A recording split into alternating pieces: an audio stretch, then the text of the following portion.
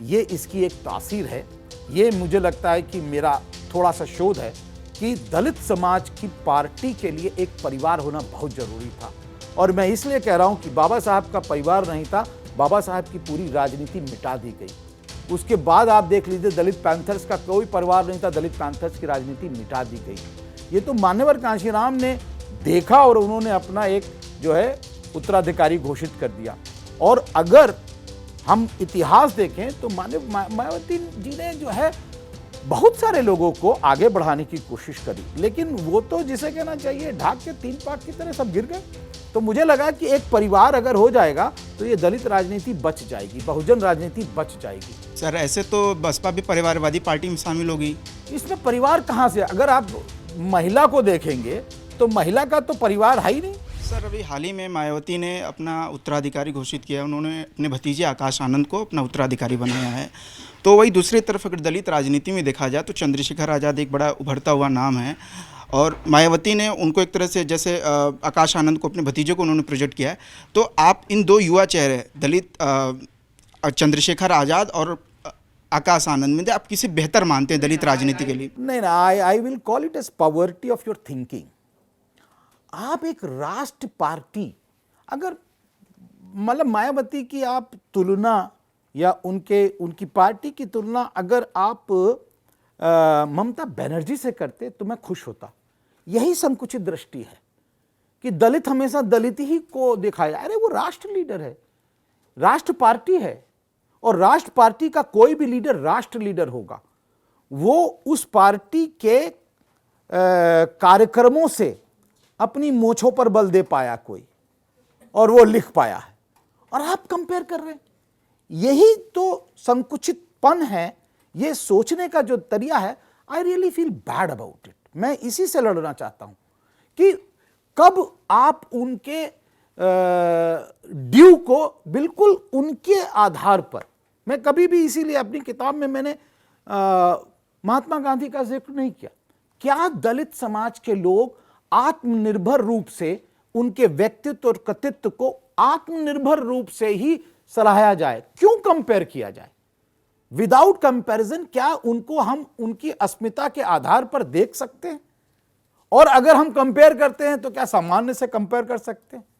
तो इसलिए मुझे लगता है ये कंपैरिजन ही त्रुटिपूर्ण है।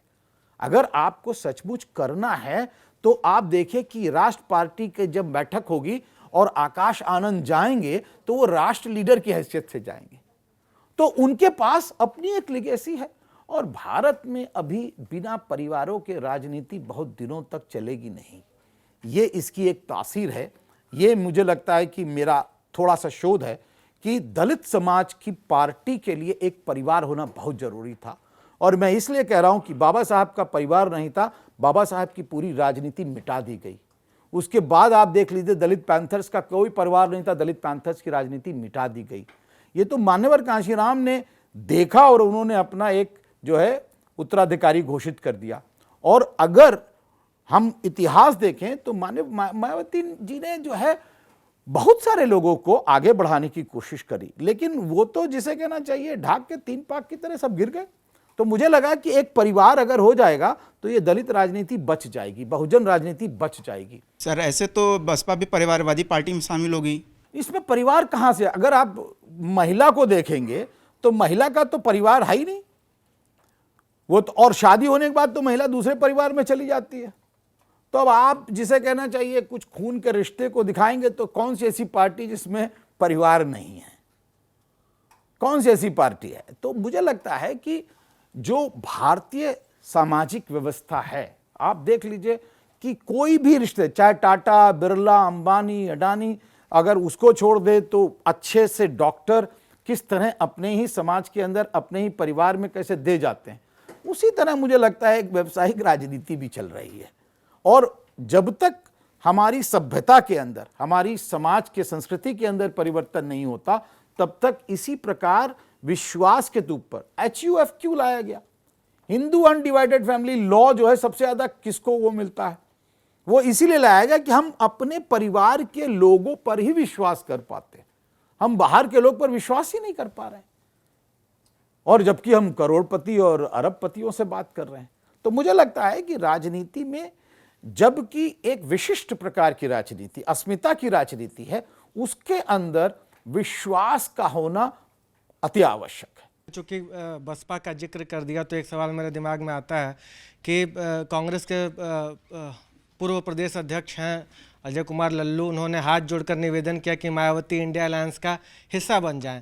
लेकिन जब भी इस तरह का अप्रोच इंडिया अलायंस या एनडीए, मतलब देश में इस तरह दो तरह का माहौल बनाया जा रहा है कि या तो एनडीए के पक्ष में माहौल होगा या तो इंडिया के पक्ष में माहौल होगा, तो मायावती क्यों नहीं इंडिया अलायंस ज्वाइन कर लेती हैं।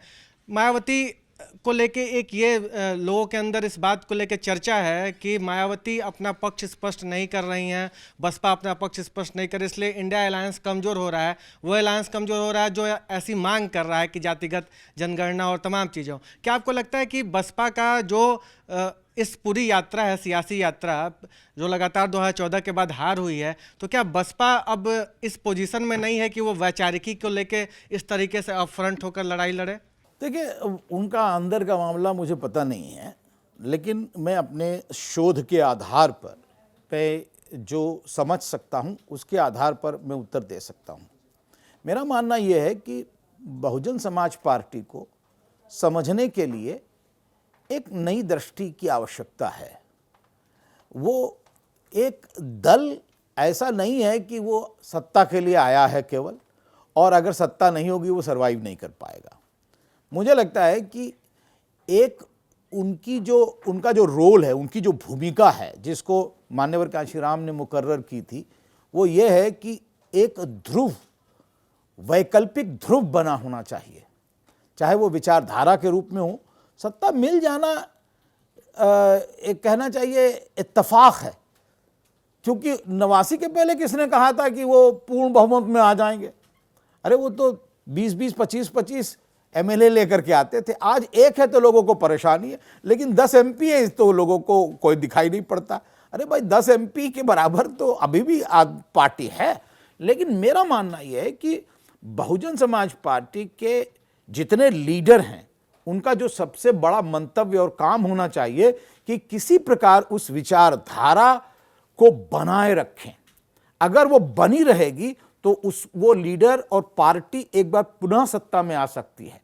लेकिन चैलेंज इस बात का है कि क्या वो विचारधारा बचेगी, क्या वो जो लोग हैं उन नायकों को, नायिकाओं को प्रिस्टीन और प्योर फॉर्म में रख पाएंगे? क्योंकि अब तो वो नायक और नायिकाएं जिनको लोग जानते नहीं थे अखिल भारतीय स्तर पर, आज वो सभी के पोस्टरों में देखे जा सकते हैं, सभी के कार्यक्रमों में देखे जा सकते हैं। तो मुझे लगता है कि जो सबसे बड़ी क्राइसिस मुझे दिखाई दे रही है वो ये है कि एक नए पाठ्यक्रम का निर्माण हो जो कि विचारधारा के तहत पर रोक सके। वरना 1970 में कांग्रेस ने उस समय की आरपीआई के लीडरों को और उनके एजेंडे को आत्मसात कर लिया था, और आज ऐसा लगता है कि बहुजन समाज पार्टी के एजेंडे को भी बहुत सारी पार्टी आत्मसात कर चुकी है। तो उनके लिए जो यूएसपी था वो थी एक तरह से नवीनता। वो नवीनता कहीं ना कहीं क्षीण हो रही है, ये डर ज्यादा बड़ा है।